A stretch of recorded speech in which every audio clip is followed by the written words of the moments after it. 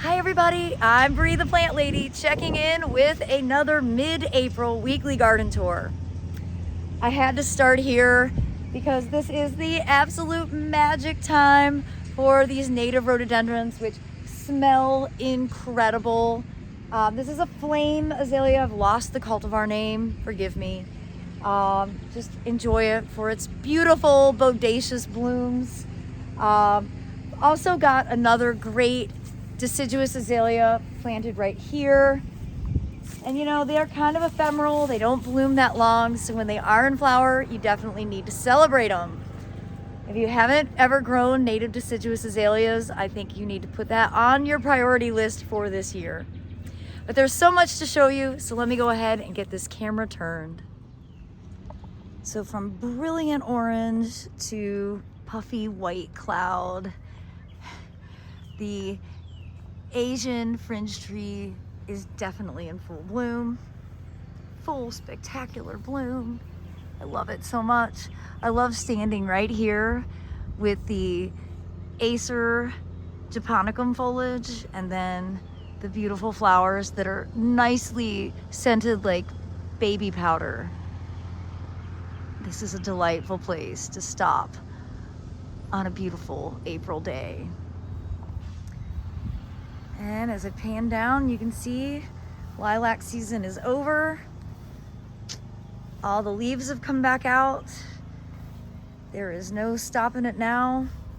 Did not get all the hellebore flowers picked. There's gonna be a billion seeds, so that's unfortunate. And everything could use a mow.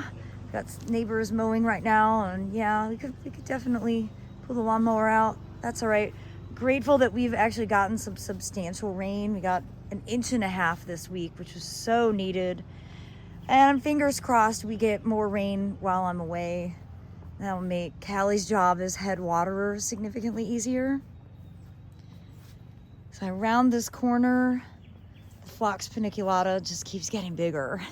It is happy and healthy, and I'm thrilled about that, but I do think I need to come through and do the Chelsea chop like this week before I go out of town.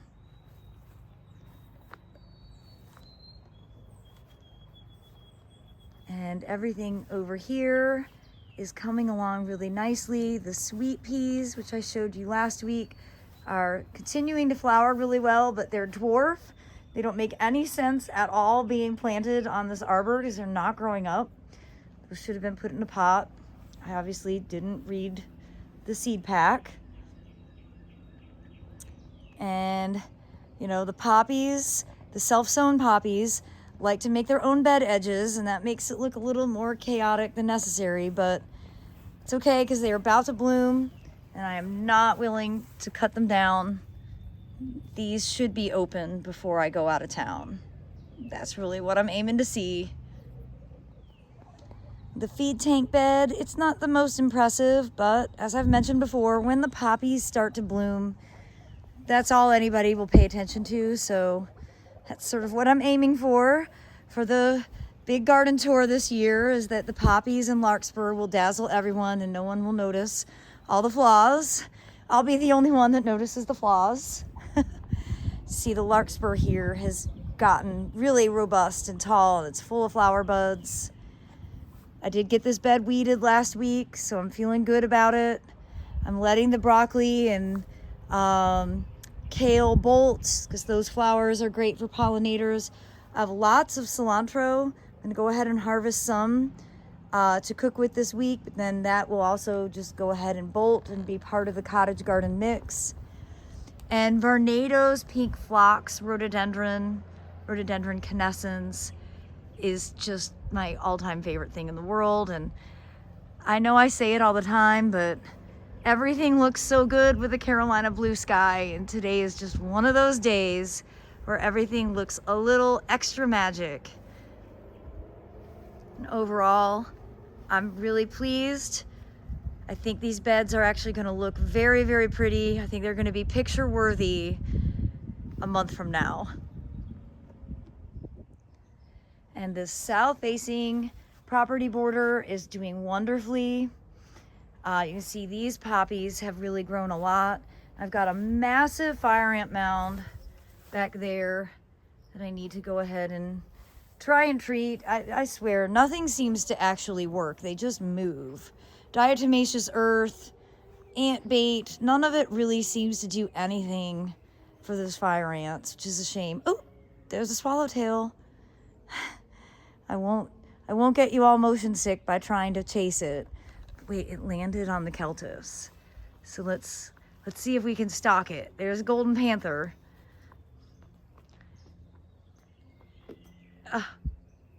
It's like it's teasing her. And that peninsula bed is, you know, not the best of the gardens, but it's the stuff that's in there is hanging on. And I will put a bunch of succulent pots in there to sort of fill in the gaps. And glad to see the persimmons are leafing out.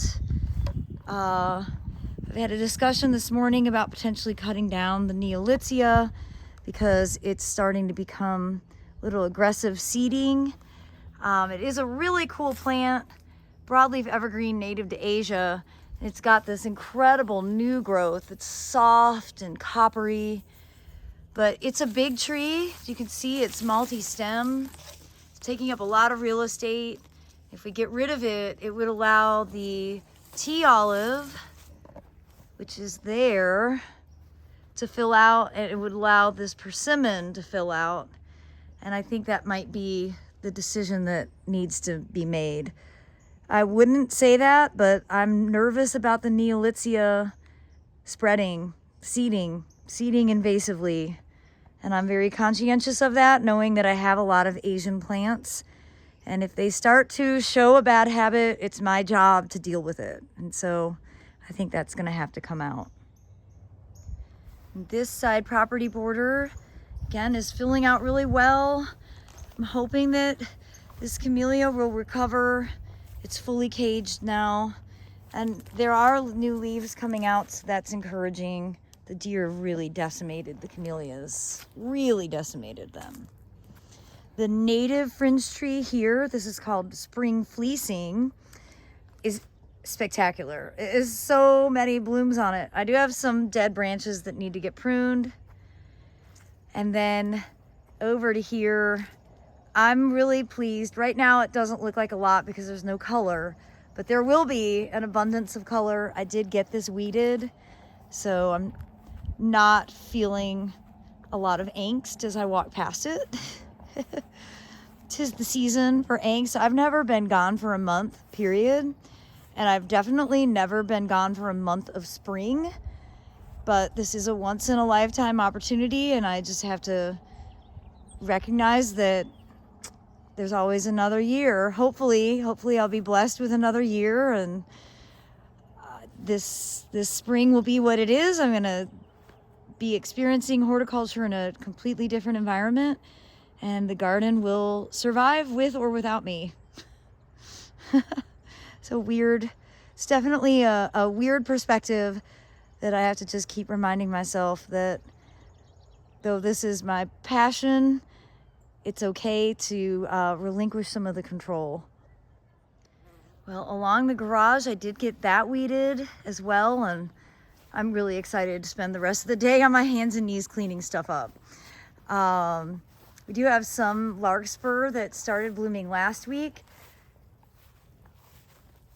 Not super impressive yet, but lots of poppies coming.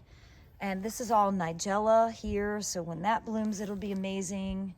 I've got poppies that are not as far ahead as I'd like, but they're still growing. Messy pathways, just ignore that. Great to see all the poppies germinating and growing out here. And I've not watered, and that's probably a problem. No, not so bad. I mean, like I said, we did get 1.5 inches of rain, so that's really appreciated. And as we come back here, I still have some weeding to do here. I'd like to get these pathways cleaned up. I started this the other day and then had a garden tour and haven't gotten back to it, but it's on the list.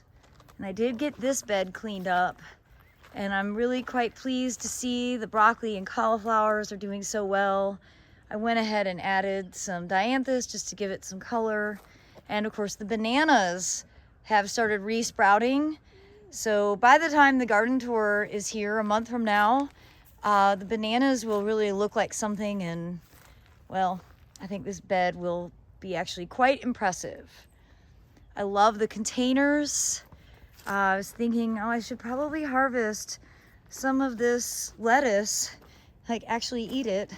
That is the point of growing it. Although for me, sometimes the point is just having a really pretty pot. But I think I will go ahead and harvest some of that today to have a delicious salad for lunch. And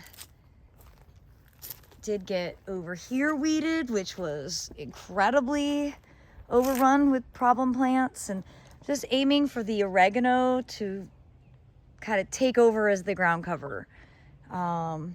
Since I don't live here anymore, these beds need to be more self-sufficient, and well, I think maybe planting some more oregano or getting some other culinary herbs that Airbnb guests could actually enjoy and cook with, and if I mark them, they'll know what they're getting.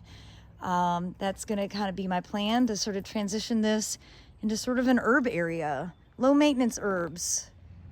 And here next to me are some great self-sown breadseed poppies.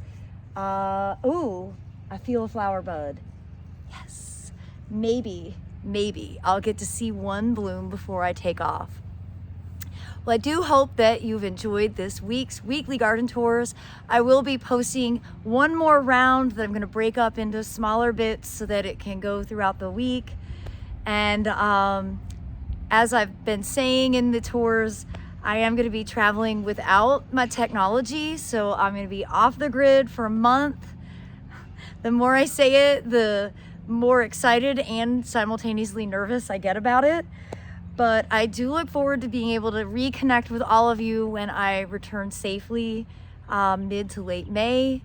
And I certainly will be capturing lots of content to be able to share from my big adventure in Tasmania and New Zealand. Well, as always, thanks so much for watching, everybody, and happy gardening.